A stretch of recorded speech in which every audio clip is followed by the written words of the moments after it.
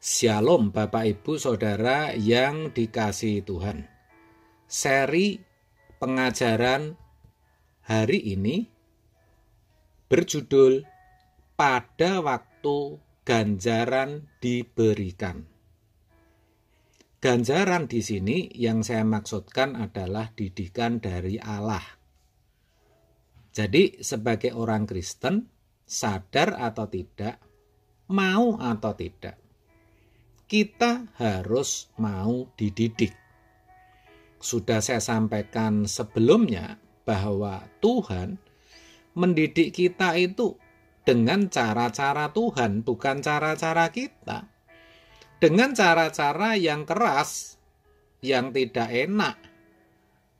Kita dihajar, disesah.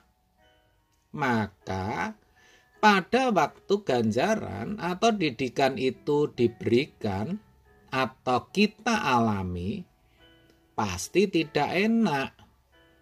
Maka dikatakan dalam Ibrani 12 ayat 11 demikian.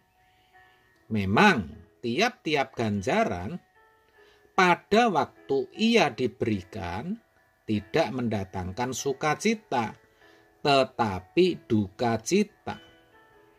Tetapi kemudian ia menghasilkan buah kebenaran yang memberikan damai kepada mereka yang dilatih olehnya.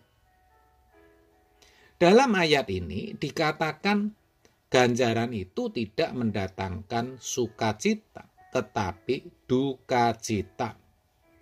Dengan kata lain, ganjaran atau didikan Tuhan itu pahit, tidak enak, tidak bisa dinikmati sama sekali, saudara. Ini harus kita sadari. Kalau ada orang yang dirampok tetapi sukacita, akan dipandang aneh. Tetapi memang jarang ada yang begitu ya saudara. Yang banyak pasti sedih atau kecewa. Tidak ada orang yang divonis dokter, penyakitnya tidak ada obatnya, lalu berkata, puji Tuhan. Nggak ada ya saudara. Biasanya akan kaget, lalu mengalami ketakutan. Atau orang yang kehilangan anaknya karena kecelakaan, karena pesawat yang ditumpanginya jatuh dan tidak ditemukan, lalu berkata, terima kasih Tuhan atas kebaikanmu. Kan gak lazim saudara. Yang ada pasti bingung, meratap, bahkan meraung-raung, dan menuntut maskapai penerbangan yang bersangkutan untuk terus melakukan pencarian. Itu artinya, kita harus mengakui bahwa pada waktu ganjaran itu diberikan, memang tidak mendatangkan sukacita, tetapi duka cita.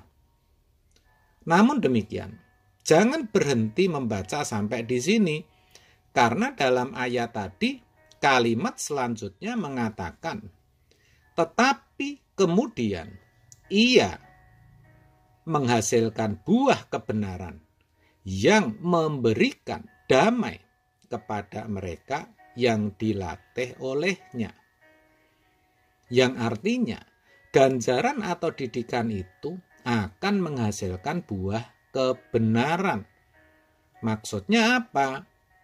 Maksudnya, orang yang mau menerimanya akan mengerti kebenaran, akan menemukan maksud Tuhan, akan bisa memperoleh berkat yang tersembunyi di dalam ganjaran itu. Bisa beroleh berkat abadi atau harta kekal. Percayalah saudara, ketika kita dengan rela menerima semua peristiwa yang Tuhan izinkan terjadi dalam hidup kita, khususnya kejadian-kejadian yang tidak nyaman, yang membuat kita menderita, yang ditandai tetap setia, walaupun sepertinya hidupnya hancur, sepertinya Tuhan tidak menolong. Maka kerelaan kita itu akan menuntun kita ke arah hidup yang benar, hidup yang berkenan dalam pemandangan Tuhan, yang mana akhirnya akan mendatangkan damai sejahtera. Hati kita bisa tentram dan damai. Bukankah itu yang kita harapkan, saudara? Apalah artinya kita punya segalanya, tapi hati kita tidak ada damai. Ada loh yang seperti itu.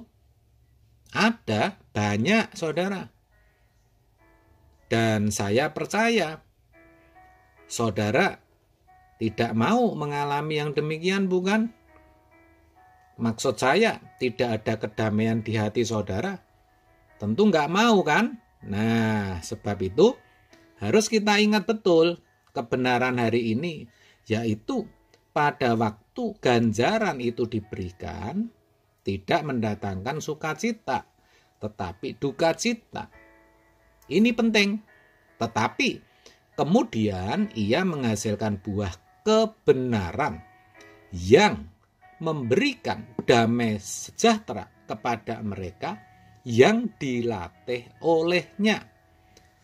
Ibrani 12 ayat 11. Juga jangan lupa bahwa dalam kesemuanya itu Tuhan juga memberikan kekuatan bagi kita, bagi saudara, untuk bisa menanggungnya.